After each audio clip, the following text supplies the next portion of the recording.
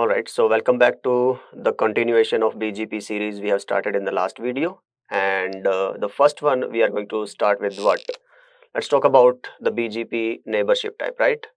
So we know that we have one iBGP and the EBGP. Alright, so we know that both of them can be configured either by the direct IP addresses or by the loopback interfaces. If I be like as simple as that. So if there is one router I have here, for example, R1, and basically as discussed in the last video, they represent the entire AS, right? So I'm saying here it belongs to the AS100 and this one belongs to the AS200. What we are supposed to do, and by the way, we'll see this actually in the lab, maybe in the next video, right? So just be with me and try to understand the concepts first. So I'll say router BGP and the AS number. In my case, this is 100 for R1. And when I'm saying the neighbor, all right. So right now, just see that I have a subnet, let's say 12.0/30 here. So my IP address is .1.2 and I'm going with what? The iBGP direct neighborship.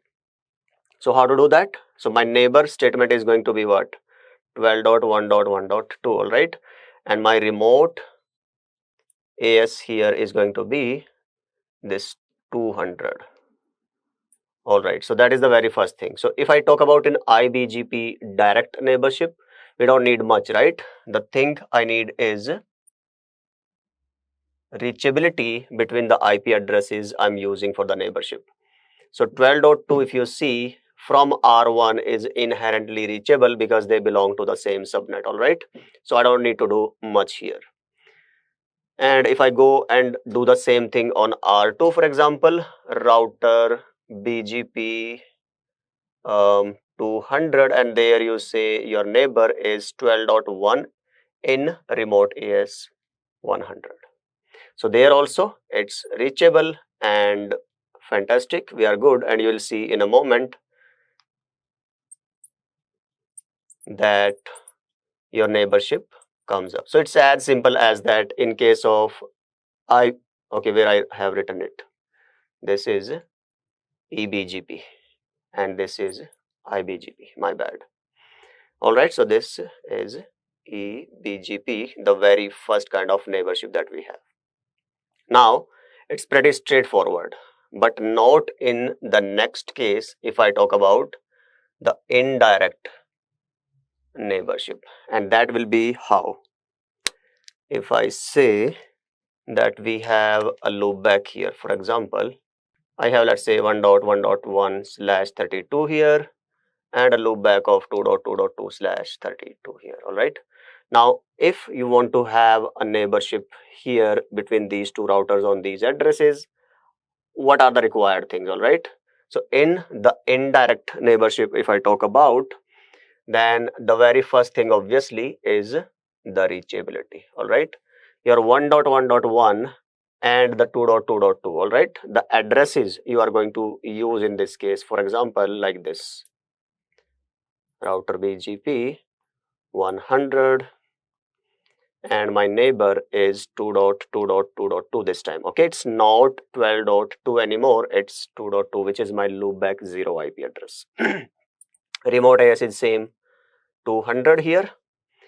And now see, when you're doing the same on this router as well, router BGP 200, your neighbor is 1.1.1.1, remote AS 100. Now see, the very first thing they'll be looking for. In the upcoming video, we'll talk about the BGP packet types and the FSM. Sorry.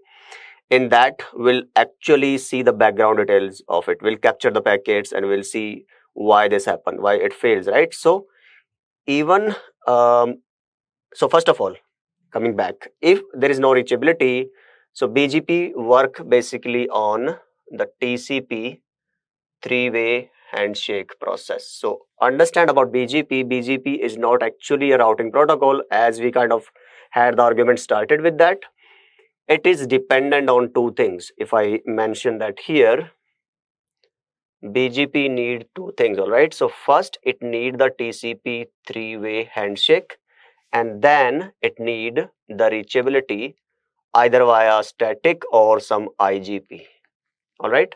So reachability between these two addresses or the neighbor addresses you have configured, and also the TCP, and if you know, it work on the port number 179. So TCP makes BGP reliable, right? So like IGPs, OSPF, IGRP, there is no RTP involved, right? For the exchange of sequence numbers, bringing reliability into the picture. No, here it is dependent on the TCP for that.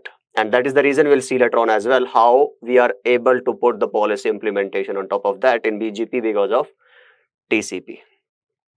So that is one reason that I need reachability between these so that your TCP three-way handshake process can start, because for that in the packet captures I'll show you that I have limitation today in this specific video, that to start sending, so we have the three-way handshake, right? So first packet is your SYN packet, as you know, then it's your SYN plus ACK and then ACK. So we'll see the role of, let's say, active router, the passive router, what is the active, what is passive, and how we change things around that in BGP as per the requirement, maybe in the CCIE lab or in the production based on some firewall security and all that involved. So we'll come into that.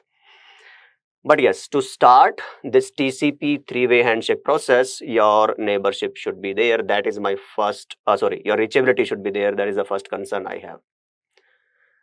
Let's say you configure the reachability and we are done with this. What else? Will my neighborship come up here? So yes, kind of try to answer that and consider that as a question for you. All right, so I hope you got it right. And yes, still will not be able to get the neighborship up, because the second thing that I need here to work is your TTL value. Remember, in EBGP by default the TTL value is 1. And now when I was using it direct, so it was possible that the packet goes here, the SYN packet, and goes here, and it is just one hop away, no problem, life was good. But here when you are using it loopback based, so you are going from here to there and then from here to the loopback. So you can see at least 2 hops are required for my packet to travel.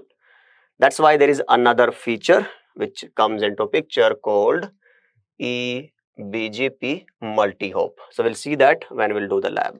So here you will say that your neighbor 2.2.2 ebgp multihop, and if you'll see that by default if you enter here, so it will pick the default 255, I believe, right?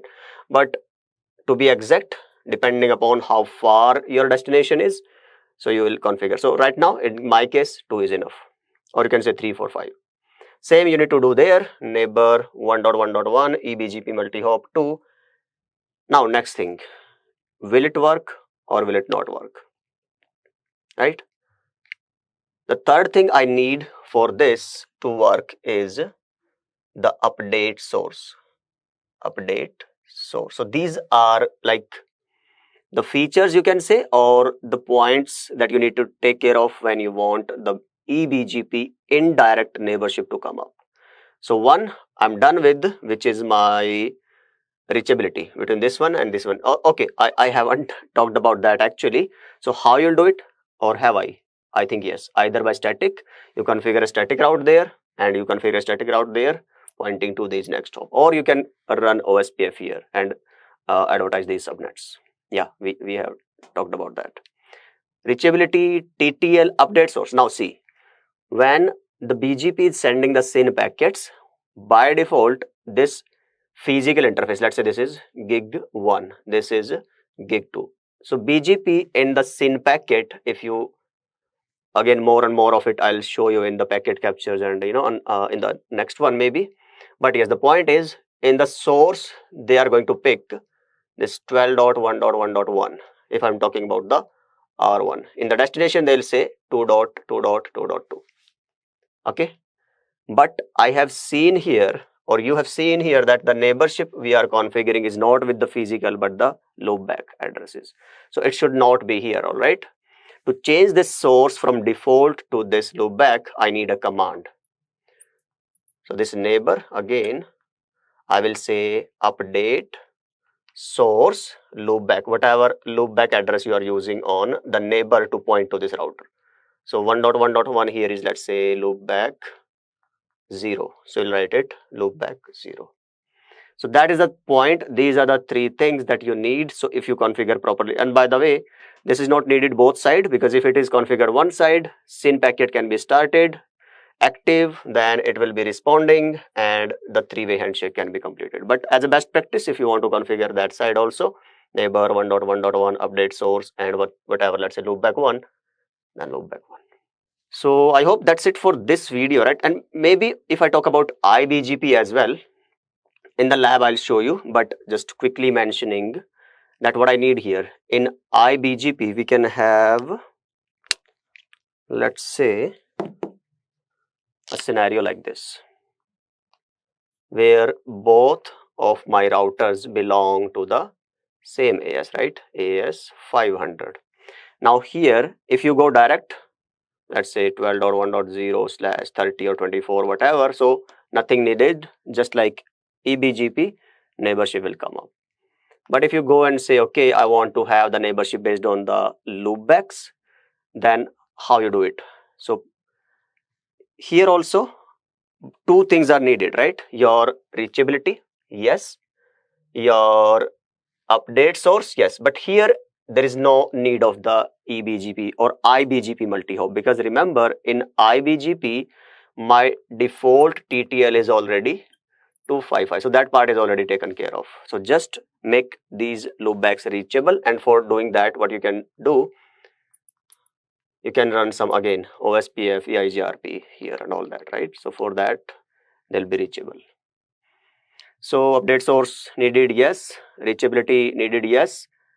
EBGP or iBGP multi-hop not needed. There could be another scenario if you want to look at, like we'll see that. Again, I'm saying same thing like 10th times. So yeah, if you want to have the iBGP in the same AS, just like this, right? Not the loopback-based indirect neighborship, but let's say if it is 12.1 here, then it is, let's say, 23.2. So in this case, again, reachability, yes, and that's it. No loopback is required here, right? So just one thing you need to take care of, which is reachability. So I hope that's it for this one, and I hope you have found it useful, informative. If yes, please like, share, subscribe if you haven't done so far, and I'll keep bringing all these conceptual and also the lab configuration part as well. So maybe the next one I'll do it, with the lab only. But yes, if you want more of such immersive, engaging, sessions with us, where we have, a marathon of all these concepts and labs, primarily 1.5 hours every weekday. So you can join us for our new batch. You can have the link for the demo session somewhere in the description, right? So I hope to see you in another one. Till then, thank you. Bye-bye.